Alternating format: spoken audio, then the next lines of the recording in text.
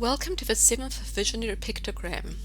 This pictogram tells the story of our individuated consciousness, how we evolve, and more importantly, what we are evolving towards.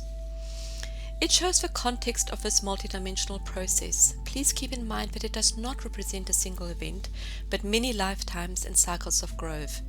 You do not need to grasp every aspect of this process. Just let the pictogram lead you. You can always revisit parts that are of particular interest later. Have a closer look at this pictogram as it will help you to anchor this information. We have an egg-shaped oval, circles within circles, and an unusual threefold structure at the top of the image. This picture is the archetypal context within which all smaller evolutionary processes are contained. The very symbols it contains are also archetypal in nature. Do you recognize any of them? The evolution of consciousness can be seen as the evolution of ideas and beliefs about ourselves and our world. As our ideas change, we also start to act differently. Do not be fooled to believe that this is an easy process. The birth of a new idea and the corresponding new state of being can be as difficult and painful to integrate as the birth of a baby.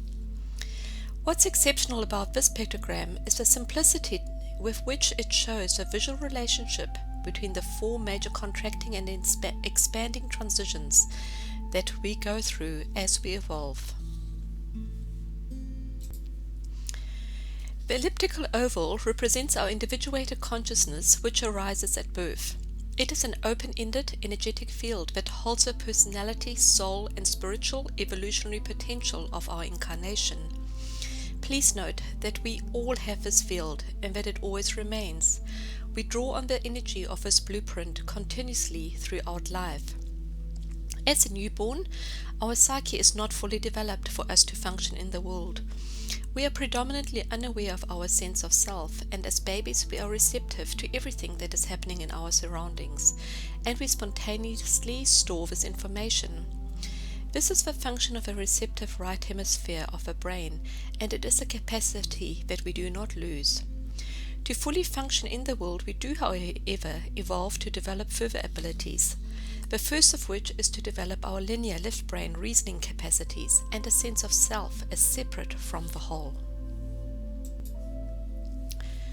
Our identity bursts from a single point on the perimeter of our oval and is conditioned by the position from which it separates out from the energy field or the potential of all that we are. We bring a part into physical form through self-awareness. This naturally separates us from the nurturing feelings of connectedness to all that we are. This is both an empowering and painful experience, which we name, and so our personality births into form. I was shown that the personality is woven using 3 threads. The 3 threads are our essential soul nature, a thread from the oval, our childhood experiences, a thread of right brain experiences, and the defining influences of our environment, family, and community, a left brain thread, who support us to make sense of life. Through the interaction of these 3, we lay a very complex tapestry of sub-personalities centered around core needs. Without a personality, we would not have a vehicle to engage with in the world. The energy behind this transition from the oval to the point in the center is a contracting one. The first inner identity that we develop is that of the inner child. It is also the biggest of the 3 circles. A child is instinctually conditioned towards self-preservation and survival through the physiological flight, fight, and freeze responses of the first chakra. As we respond to our environment, we make sense of our experiences through the needs and feelings of a child. We store these experiences as sub-personalities, and together these sub-personalities loosely cluster together to form the inner child. Many of the adaptive mechanisms of the inner child will be non-verbal. The second identity circle to develop under the influence of the second chakra is the inner teen. As teenagers, we develop the skills to meet our emotional needs for connectedness and belonging. Through the mind, body, and eyes of a teenager, we instinctively form some core beliefs about ourselves and our place in the world. This process repeats itself again as we approach adulthood and the development of the third chakra. With the developing mental capacities, we step further into our own independence and power, and we make more complex self-observations about our worth and place in this world. Once the center in the pictogram has been reached, we are able to meet our own physical and emotional needs in constructive ways. No incarnate human being escapes this normal adaptive mechanism. There is an inner child, teen, and adult identity within each of us. This we all have in common. It is, however, sad that as we name our subjective place in the world to ourselves, that we start to believe that this is the absolute truth. It is exactly this that is challenged in the next transition. The third transition is the most radical of all transitions, as we transition from a contracting phase to an expanding one.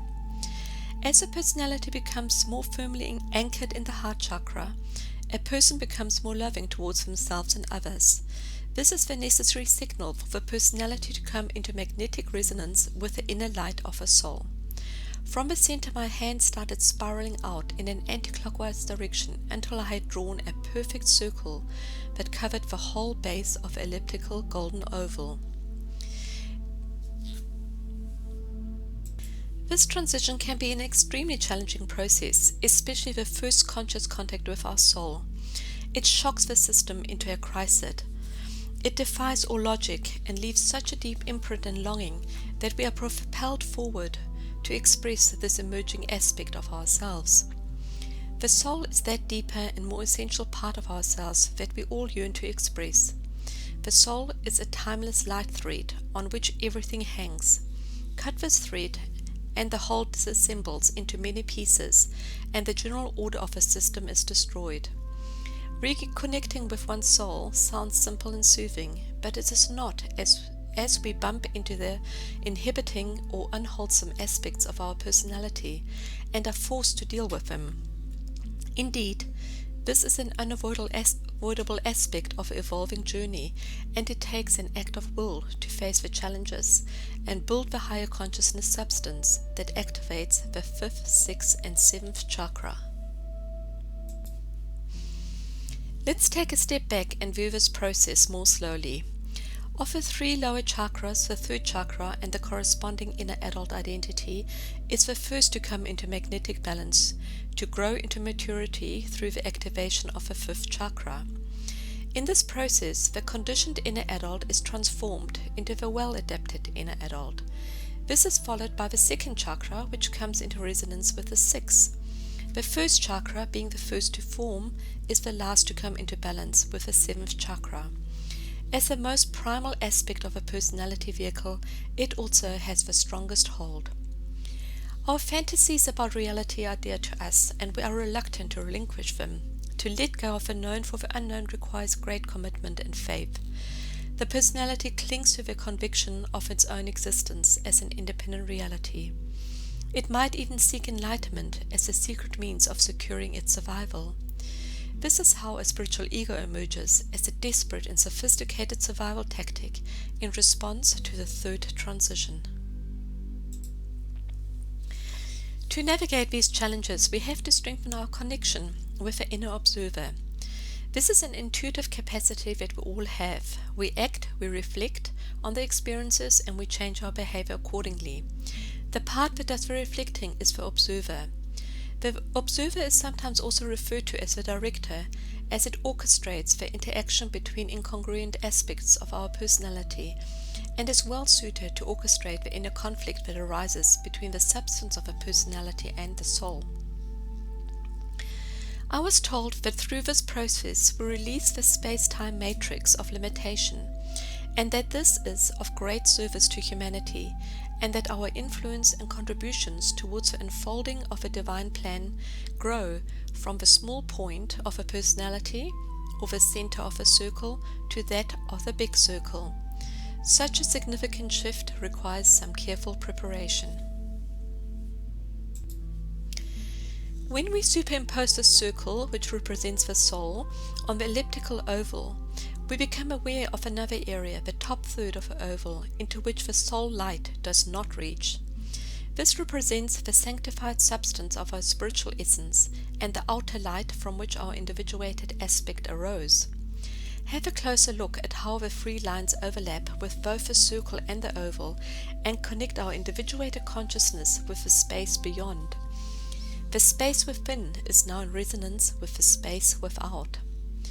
These three shapes represent the natural veils of creation, which lift when we come into resonance with the thought forms of these universal states of consciousness.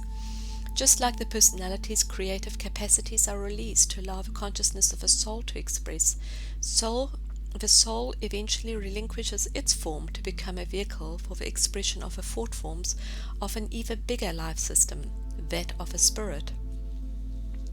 Identification shifts to be with the field of consciousness as a whole. The energy of a field is independent of personal thoughts or feelings. Actions are aligned with a revelation of a universal spiritual essence, which animates all life, and they will reflect this nature. Such a person would experience timeless states of grace and work in service of humanity with compassion, humility, and intelligent purpose. They would have an ever-increasing awareness of their spiritual essence and the spiritual essence of others, and have an understanding of the nature of things. They would act in alignment with the purpose of their spiritual group on the inner planes. So the inner and the outer space become reconciled and form a continually evolving whole. This is humanity's higher destiny, and this destiny we all have in common. Before closing, I want to highlight the importance of understanding this process. We all differ in the content of our consciousness, but we all have a bigger context of our evolving consciousness in common. In the subjective content, we are all unique, but in the context, we share common destiny. If we can consider both the content and the context of a situation, we truly are a good pace ahead on the path of living a continually evolving and resolving life. Thank you for sharing this pictogram with me.